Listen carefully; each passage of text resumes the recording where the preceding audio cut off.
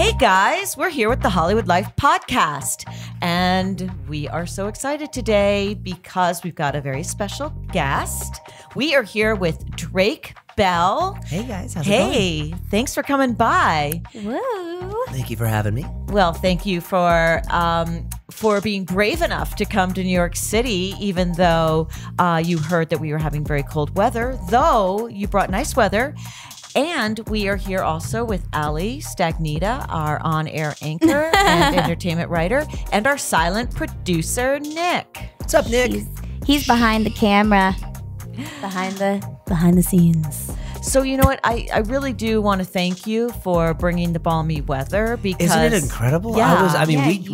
I packed for the frozen tundra. I heard. And I had friends that escaped, came down to LA and went to Disneyland and hung out because they were like, I've got to get out of this weather. And I was like, no, I've got to go there Monday. It's going to be so cold. And then I got here and it was amazing. We walked out of the airport and I was like, I know. it's like LA. It was amazing. I know. Well, you were obviously like the good luck. Yeah, charm. I mean, you know, we come from California. We bring what we can. Yeah. Well, I wish it was like March 1st though, because I would be like, oh, like signs of spring, except it's February 5th and it's going coming to back. get cold. I know, it's going to be again. frozen again. Yeah. But what it did allow you to do was to just come in your gorgeous Gucci wear. Thank you. And yeah. I noticed on your Instagram that you're a big fan of Gucci. You are always wearing very cool Gucci head-to-toe outfits, and here you are in this. It's like a, how would you describe that jacket? It's like a varsity jacket. It's like a bomber. A bomber. It's like a classic bomber, kind of 70s vibe, I guess. Are you super into fashion? You went Yeah, to I some love fashion. shows Yeah, too. I love It was Fashion fashion. Week. Yeah, I was at Todd Snyder last night. That was an awesome show. His stuff was really cool. Yeah, I love fashion. I've always been into it. I think that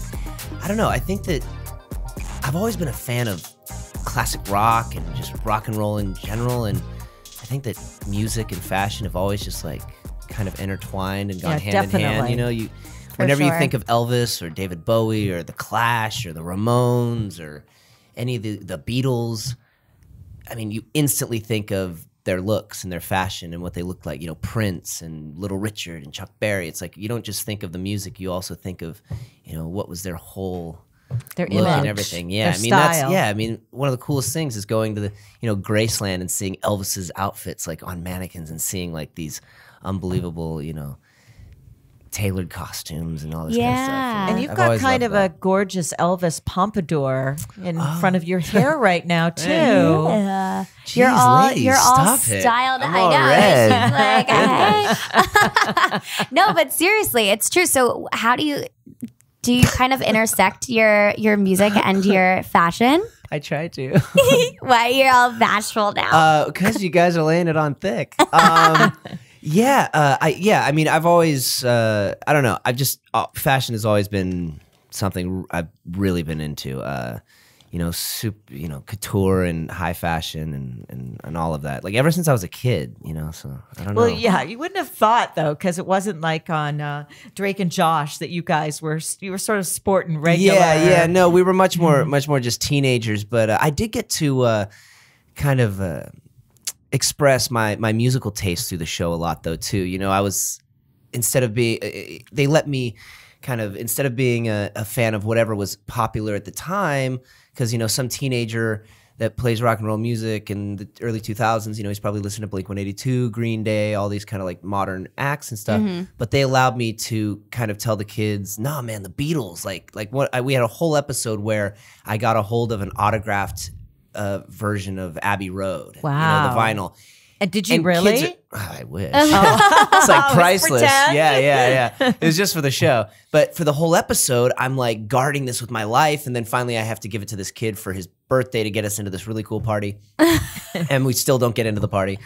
But it was cool because I was telling kids in the early 2000s, you know, the Beatles, the Beach Boys, Queen, Led Zeppelin, you know, there's other music, like go back, like there's cool stuff you don't, you know, not just what's on the radio right now and not what's just happening now. And, you know, they were inspired by somebody else and kind of stuff. So it allowed me to express like my musical taste. So these are bands that you're really into. Yeah. Have you seen Bohemian Rhapsody? Yeah, it was great. Yeah, I loved it. It was really cool. I mean, as a fan of Queen, and knowing the history and being, I mean, I've been obsessed with Freddie Mercury for my whole life. And He's worth being obsessed about. yeah, I mean, the guy, he's there's no voice that even can compare, you know, and at least on the male side. But knowing the history of the band, it's sort of like watching a movie about the Beatles, and you know every in and out of the story. You've read all the books, you know what's true, you know what's false, you've heard all the stories, you've seen all the interviews, and then they make a Beatles movie that's like just kind of cookie cutter.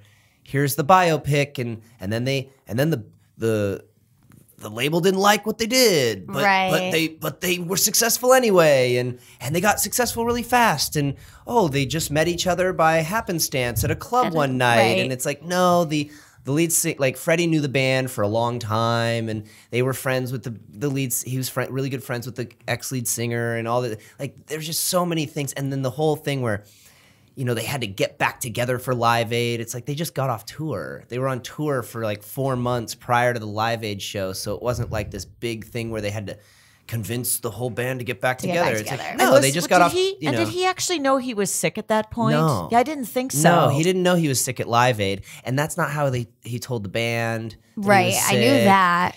See, I wonder why they made those changes. The timing wasn't even right for when he got sick and when he announced it. So the whole thing when he was like having trouble with his voice at Live Aid and he knew why, like that wasn't true.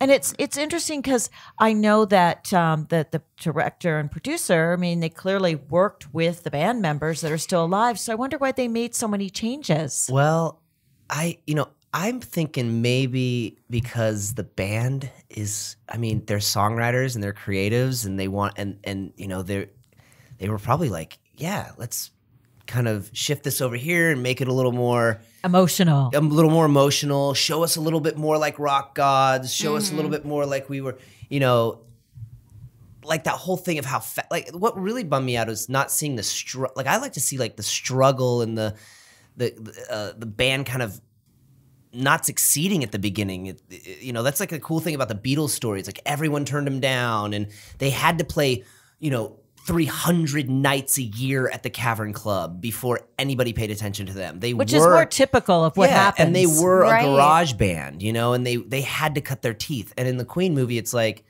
Freddie joined the band and then all of a sudden they were on a world tour. Right. Yes. I was like, their van broke down once. Yeah. And then all of a sudden they were on a world tour. I was like, what? Like, that's not how it works. All of a sudden they're on private jets. I love that you know all this. Have you like read bios of the band? Like, how do you know all this detail? I just love classic rock history. So awesome. and also I'm obviously like when I'm into something I get super obsessive. Yes, he's head to toe in Gucci. So I get obsessive. I mean, when you come to my house, it looks like a museum. I mean, there's artwork all over the walls and collectibles and toys. And I mean, it looks like a kid's house, but you can't touch anything. You know what I mean? You know what I mean? That's exactly how I envision your house to be. That's basically what it's like. It's like a kid would love to come over there, but I'd be like, don't touch anything. It's mine. Yeah. I do think though, but I think it's you know, the fact that Bohemian Rhapsody has been nominated for an Oscar for Best Picture and that Rami Malek has won so many awards already. I mean, his performance was incredible. But I still think that it's the power of the music and of the talent. Oh yeah. That people that the audiences and that everyone's responding to. Yeah, I mean, I just love the fact that, you know, so many people of so many different generations. It's not just like all these older people going to see the movie and saying, oh, it's a great movie. I mean, people my age, people even younger, are like, man, did you see Bohemian Rhapsody? It's so great. And you know that they're going home and listening to all of the Queen stuff. Yeah. And what's really cool, I mean, even for me, it made me go back and listen to all of the Freddie Mercury solo stuff and discovering like all these like cool songs that I hadn't heard or had forgot about because, you know, but the movie focused a lot on, that was another part of the thing when in the movie when he said, when he got the offer to go solo and then the band got kind of upset. Well, Roger Taylor, he'd already had the drummer already had 2 solo albums out. The band was totally down with everybody doing solo projects. Like there would not have been some, oh, Freddie's gonna go do a solo project without us. No, they'd have been like, oh, cool, man. Like, tell us how it is, because I've already done 2 of those. I love how you're setting the record straight. For all you listeners who've seen the movie, you are now getting the true story. But anyway, but yeah, so it got me into like looking at all the old Freddie stuff, and I know kids are going home and now discovering for themselves, discovering for the first time, like all this amazing music, you know. Can I just digress for a second? Because you said that your house is like all collectibles. Yeah. Have you ever been to Gene Simmons' house? No, I was but thinking about Gene Simmons when you were talking I about. have. Really? Yes. No way. And he has like just, I mean, immense number of collectibles. I He bet. was on our podcast. Oh, that's awesome. He's so rad. So rad. Well, so Queen, after seeing the Queen movie and everything, and also just liking that music, has that inspired yours and your music that you've been working on? Yes, because can we just tell our audience that you're in the middle of a tour? Yeah, I'm You have some actually going on the music road. tour. I'm here for Fashion Week, and then I go back home and get to relax for a minute. Well, packing, rehearse, and get ready to go back on the road, and then I get to go. I'm coming actually back here to New York for a show. I think about the 28th or something like that. 25th? February 25th at the Mercury Yeah, Lounge. at the Mercury Lounge, 25th. Oh, Mercury Lounge. Yeah, and then I have a bunch of big festivals in Latin America. I have a song. The song right now I have is called Fuego Lento. So Yeah, it's very sexy. it's sexy and it's in Spanish. The chorus is in Spanish. It's like Spanglish. do you speak Like Spanish? Despacito-ish. Un poco, but I mean not enough. I mean enough to get around, but not. I'm still learning.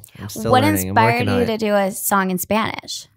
Well, I'll parlay that into the story. So the music is the first of my first album. It's Only Time was very inspired by like Queen, Beach Boys, Beatles, all that stuff. I mean, I was literally trying to make a Queen and Beach Boys Beatles album. Okay. And when we released that, it did really well in Latin America. They just love. They love good music. It's Yeah, they love and music. it doesn't matter what's like cool at the time, as long as they dig it. They're really big fans of Beatles and all that kind of stuff. And so the record did really well down there, unbeknownst to us. I mean, we were told by our agents, oh, you're going to go down to Mexico City, Monterrey, and I think Guadalajara at the time, and you're going to play 3 shows and go have fun. And so we go down there, and we're thinking it's going to be like what we just got off kind of a good tour here, like 5,000. How many people 4,000 are in seats. your group or your band? At that time, we had a 9-piece band. Oh, so wow. we had That's a lot. Yeah, we had a horn section. We had drums, guitar, like 2 guitar players, bass player, Hammond B3 player, a sub saxophone player. Like we had a massive band. We all sang like 6-part, 7-part harmonies. I'm saying we tried to make a Queen album. Right. We had You were really didgeridoo. We had inspired. didgeridoo. It's like that scene in Walk Hard where he's like, "We need more Bushmen, more didgeridoos." It's like it's like Brian Wilson trying to make Smile or something. We were basically trying to make Smile, so we were pulling out all the stops, and then trying to replicate that live with no tracks and no pre-recording, and doing all of our Beach Boys harmonies and everything live. So. And we actually recorded a DVD of that. If anybody wants to see that performance, it's on YouTube. You can check out Drake Bell live in Mexico, circa 2008. Anyway, or 2006, something like that. But so it did really well down there. And when we got down there, I was expecting to do, like we were doing here, like 4,000 seats, 5,000 seats, whatever.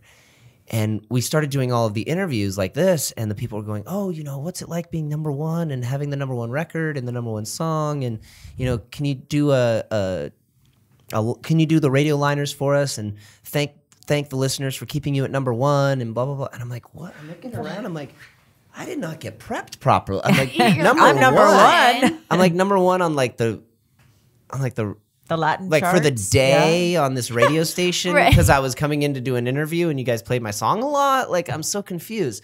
And then I was on this station that they were like, "Dude, this is the Ryan. He's the biggest. This is the biggest radio station you can get on." In Mexico? Yeah, in Mexico Yeah. City. But it's all over Latin America. It's like the biggest. It's like the Howard Stern or the Ryan Seacrest of the Rick Dees of Latin America. of Latin America. And I was like, "This is crazy. This is so cool," And the guy's like, "The place you're playing is it's amazing that you're playing there and you're playing 2 shows in one day." And they were just laying on like how incredible this was. And I was like, "Dude, I thought we were coming to just play a club or something." Like I'm so confused. I hadn't even been to sound check at the auditorium yet. And then we get there, and dude, it's an arena. Oh my And it's like gosh. 10,000 seat arena. And I have 2 sold out shows that Wow. day. I So am amazing. Freddie Mercury. and it was wild. And I was just like, what is going on? And then we get to Monterey. We fly to so now my band's like, what is going on? And then we fly to, we play the 2 sold out shows. It's incredible. Then we get on jets and fly to Monterrey, Mexico and play the arena there, basically a soccer stadium, sold out show. It was incredible. And so, and that just kept happening and growing. And then, so that marketplace just really latched onto not just the show but, and what I've been doing theatrically, but really onto the music. And so I've been going down there throughout the years and performing and playing and releasing more music. And basically every time I play live, I'd try to do a song in Spanish, or I'd try to talk to them in Spanish and do my show in Spanish, and they would just love it. And so when I came back this last time, I was like, man, I've got to.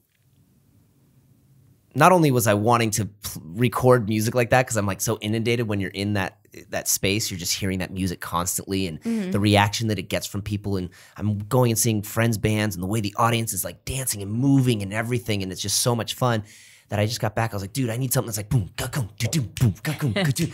And then once we did it all in English. And the song was really fire. And I was like, man, this is great.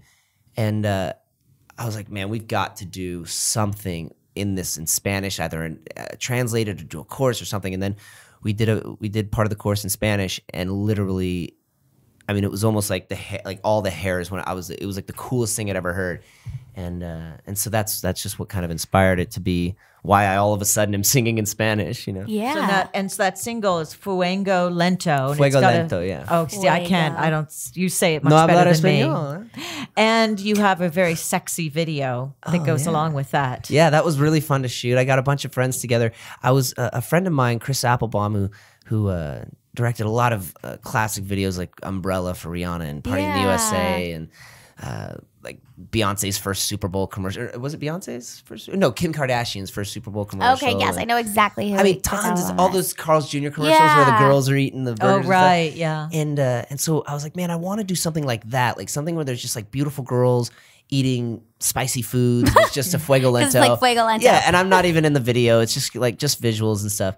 And so I reached out to him and he agreed, and he's like, yeah, let's do it. He has a channel on Instagram called Eats Channel. And so I kind of just incorporated that idea and made this video, and it was cool. We just had like a bunch of friends. A lot of the models were just friends of mine, and it was just like a fun, easy day on set and stuff. It was cool. Well, and to promote the video, you and your friend Josh Peck did the funny little video on Instagram too. Why did you decide to do that? Well, he was just over at my house, and I thought I'd use him. Why not? Yeah, why not, right? No, so we went to he came over for we did a YouTube video together. He was in town for just a second, and he came over. We did a video. But where does he live now? He lives in L.A. He lives in somewhere in L.A. I don't want to say, but he's in the L.A. area.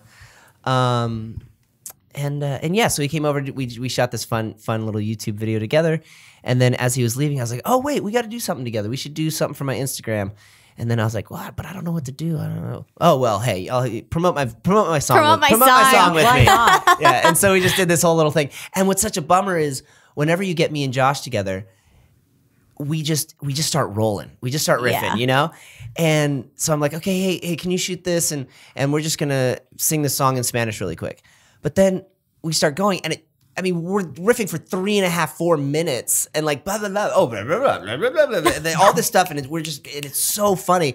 So then I got, and I'm like, oh wait, Instagram's only a minute long. So now I'm on my iMovie, like trying to cut, like I'm like, oh, but that's funny. Oh, I can't cut that, and it's just like I'm like, why do we have to? We just go too long. Put it on YouTube. I feel like YouTube really brings people together. Honestly. Well, I think it forces people to get together because they have to figure out what content to fill up for that day. They're like, what am I gonna do? Oh, I guess I'll just call my buddy. But yeah, it's like, I don't know. He's awesome, and it's really cool. Like it's such a. I don't know. It's so crazy, like the time of our lives where he comes over to my house and he's married with a kid, and it's just like so you're not ready. We used to go. Well, no. I mean, we used to go over and like figure out what we're gonna play on PlayStation and like I don't know, like order pizza and have like do I don't know. It's just weird. We're growing up. Well, you are growing up, and he's got a beautiful baby, which unfortunately we've been both like flying all over the place that I haven't been able to meet him yet. Now, are you still in touch with Miranda Cosgrove? Yeah, dude, I'm in touch with everybody on the show. Like we did this thing with Jonathan on YouTube a while ago called Where's Walter that I'm going to be re-releasing pretty soon. Oh, fun. This whole kind of meta project where we took the dad from Drake and Josh and put him into the real world. And, that's funny. It's this weird thing where he escapes television and goes on this crazy excursion through the real world. So we'll be putting that out again soon. And we brought a lot of people back from the show for that, just for fun. And that was literally just us, me and Jonathan getting together because I got some camera equipment. And I was like, let's just go shoot some stuff for fun. And started reaching out to people from the show, like the characters like the Great Doheny and Helen and Crazy Steve and Craig and Eric and I mean, Audrey, the mom, and I mean, it's hard to keep track of like everybody. My girlfriend on the show, Carly, like several girlfriends on the show, but she was like, it's crazy. For one, I had one girlfriend that lasted like 2 episodes. Okay, so she was like the main girlfriend. Yeah, she lasted 2 episodes, but she came back for it. So I mean, we literally I saw Yvette who played Helen not too long, like maybe last month. Didn't Miranda go to college? Yeah, she went to school. She did a lot. It's like Amanda did the same thing. Amanda's over at FITM now and everything. It's like they pulled the whole Jodie Foster. Like, all right, I'm gonna take a break. I did what I need to do. I'm gonna go. And that's hard to do. Take that time out. You're on the Amanda show. Yeah, I loved the Amanda show. That was old school back in the day. Yeah, that was a really fun show to do. It's so good to hear you being like, talking about the show in such a positive way, like that it was such a wonderful experience and close experience. Yeah, it's such a bummer hearing, all of the, because I mean, I've been in this business for. I don't want to age myself now. Wow, I have to say that now. No, for like 25, 26 years, Yeah. And there's so many people that I've grown up with who've been on shows that it was a terrible time for them. They were just like, being on that show and this and that, and they try to escape it. They try to forget about it. They hate when people bring it up, and they don't like people referencing it. They don't like people asking them to say lines from the show and all this stuff. It's like, how many times can I say, "Can I do that?" For a picture or something. But I don't know. I love it. I think that I'm very nostalgic, and I get, like I said before, I get very obsessed with things, and I'm a fanatical fan. And so, when I'm a fan of somebody, I know what it's like when someone comes up and it's like their one opportunity to get a photo or to get you're an icon. Yeah, you are an icon to seriously to generations. I'm never gonna leave this place. Well, I've got 4 kids, and so there was a lot of Drake and Josh on. Yeah. Well, I understand, and I just don't.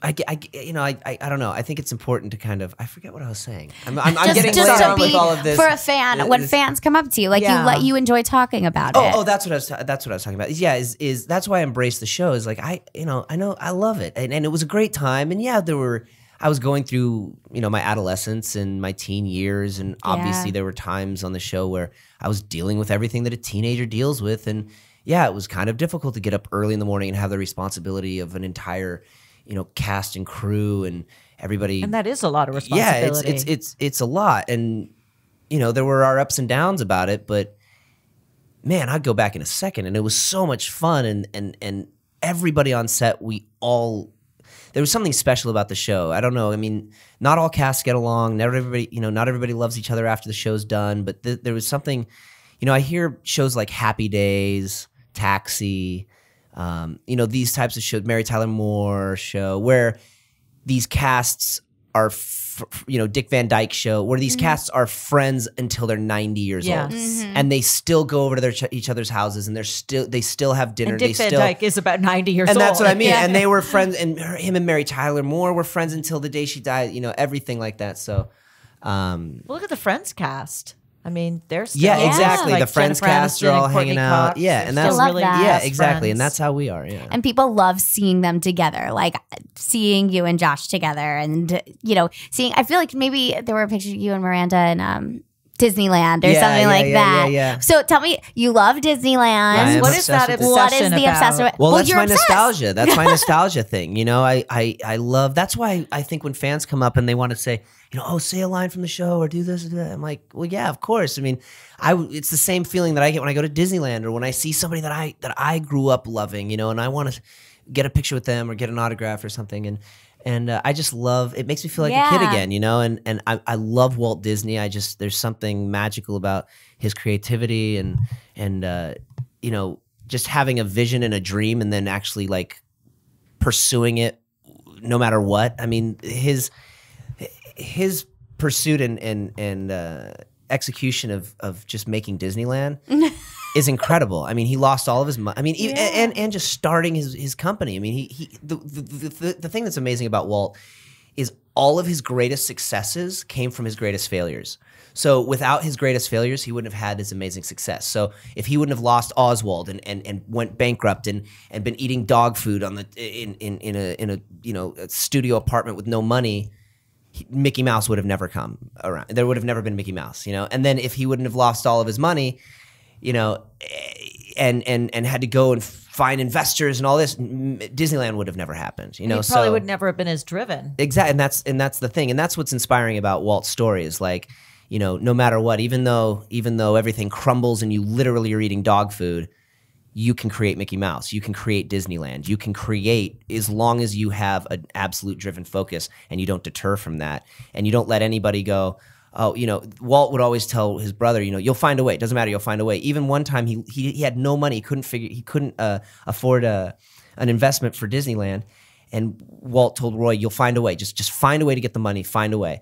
And when Walt came back from a trip, he was looking around for his Mercedes that he had just bought. Oh, I see. And he's like, where's my car? I just bought this brand new, beautiful Mercedes. Where's my car? And Roy came up to me and said, well, you said find a way. Yeah. So Roy sold his car. Who's your favorite Disney character? Mickey Mouse. Oh, why? Why do you love Mickey? Because he's the boss. So what's your sole focus that's driving you? What are music. Focusing on? Music. And that's the thing, like the Walt story. It's like I came to a point where I was doing everything. I was making a movie while I was recording at the same time. I did this movie with Debbie Ryan and Jerry Trainer from Drake and Josh last year, the year before. That was really fun to do, and a really cool movie. And I was recording a record at the same time, and then I was about to go out on tour. And I've been doing that for so many years, like make a movie, do some TV, go make a record, go on tour. And it was just so spread out and spreading myself so thin. And then I, taking stories like the Walt story and going, man, you have to kind of go full force into one thing, or you're only going to have adequate or minor success in each one. Jack of all trades, master of none. Right. So this is your passion. Yeah, so music I get to have complete control of. I get to write it. I'm not playing someone else's character. I don't have to go, can I go do my set now? Like, can I do my scene? Oh, the lighting's not ready. Oh, we're still on this other scene. Oh, we haven't finished this over here yet. In music, I can be like, oh, I'm inspired right now. I need to go into the studio. I need to write some music. I've got something that I need to record right now. Let's go. And not being signed allows me the ability to go directly to my fans.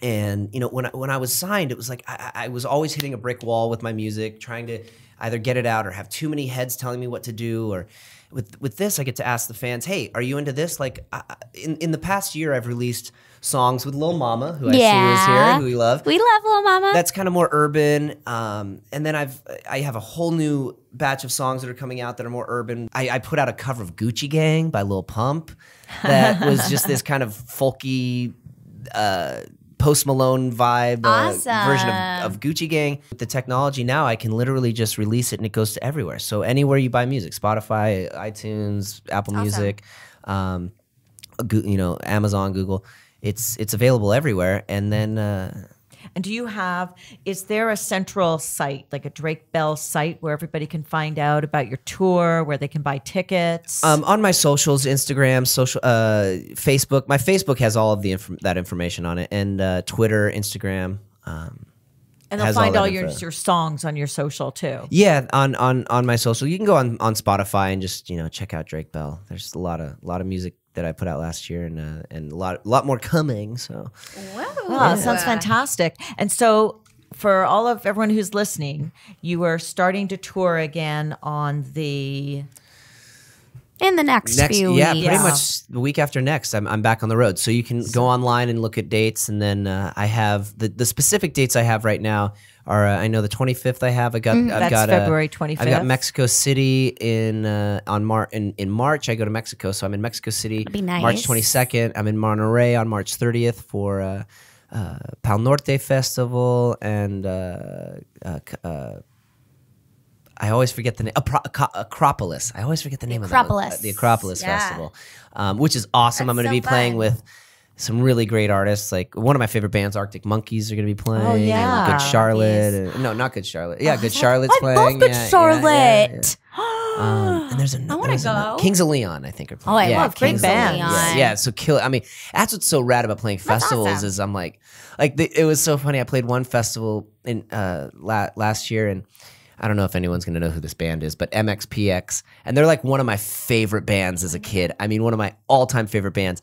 And it's cool because you see these bands and they're like, what? They're playing the festival? So I play my show and then I get to run over and like sit front row and see my favorite bands play. I'm like, this is so rad. I got free tickets and I'm front row and I get to go backstage and meet them. This is so cool. That is Well, great. Well, that hopefully it wasn't at Fire Festival. Well, we're No, so just kidding. glad. We're so glad that you are getting to follow your passion and express your creativity, and that we can all hear it. Yeah, thank you so And much. so everybody, go to Drake Bell, go to his Instagram, his Facebook. His Facebook is to find out where he's going to be playing and about all his new music. And we're so excited. So you've got to thank come you. back and talk to us again. Yes, Anytime. please. Absolutely. Anytime. You lay it And- on me like that and I am here. We can do a fun And YouTube Gucci. video. You can call me in the morning too. Like every morning. Gucci just lay, brand. You guys better get on to Yeah, Drake. Alessandro. This is my request to just be your friend. Jared Leto and Alessandro. Can I just hang Those out with you two. guys, please? Yes. All right, we'll put the because message he out. looks great in Gucci. Yes. thank you. Awesome. Okay, thanks for Thanks, coming. guys. Yeah, thank you so Good much. luck with everything. Okay, bye.